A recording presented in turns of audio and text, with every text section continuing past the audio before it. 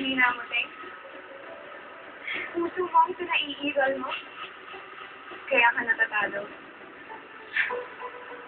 Okay. I'll be seeing you later.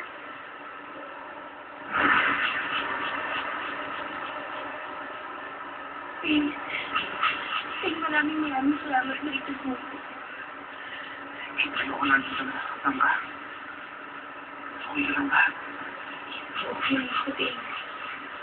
Okay lang ako, lalo na ngayon at magkasama na tayo. Alam ko naman na hindi mo ko papabayaan eh.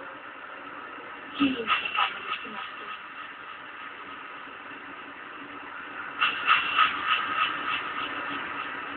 Master?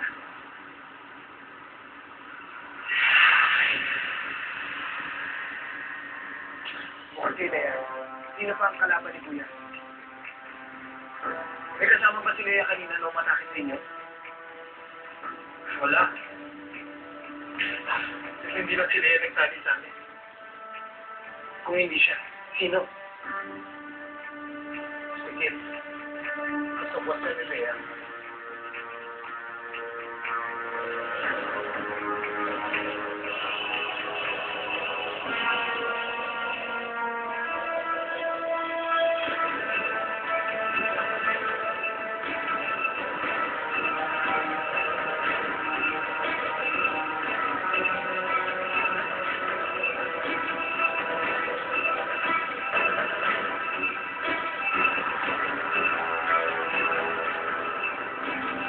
Hello? Nagawa ko na ang mission ko. Master Jet.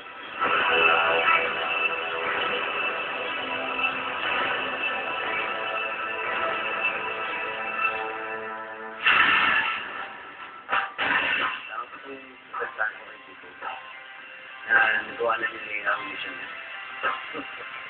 Hindi na siya. What is it? My plan worked out just as I thought it would. Kung pa bang mas tuso sa inyo? Malamang wala na. Yan ang pagkakaiba natin kay Captain Marvel at sa pamilya niya. Kaya ikaw, Debbie, para sa mga bagay, kinakailangan ulo ang gagamitin mo at hindi tagdami. Sapagkat kapag nagdami na ginamit mo, magagamit nila ito laban sa'yo. Paul, nakita ba kayo ng kuya mo?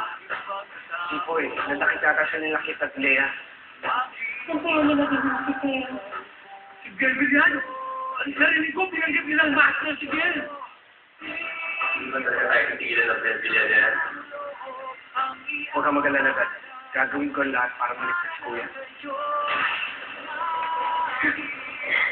In fairness, Kit, ang galing mo mag-drama. Napaniwala mo si Teng na kailangan ka ng kilig ka. Alam mo, Teng, nasasakin ako sa'yo. Biruin mo. Sinurrender mo yung force of power mo para lang mag-iligtas ako. Very nice. Ano yung gagawin mo sa akin? Surprise mo yung syempre. Sige, wait ka muna ha. Sweet dreams.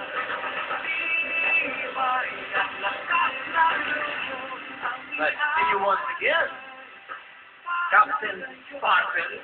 Oh! Teka na lang pala ngayon. Gusto kong sama ako din. Congratulations.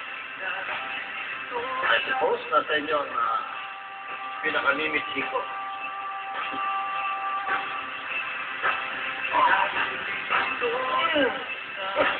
Nothing.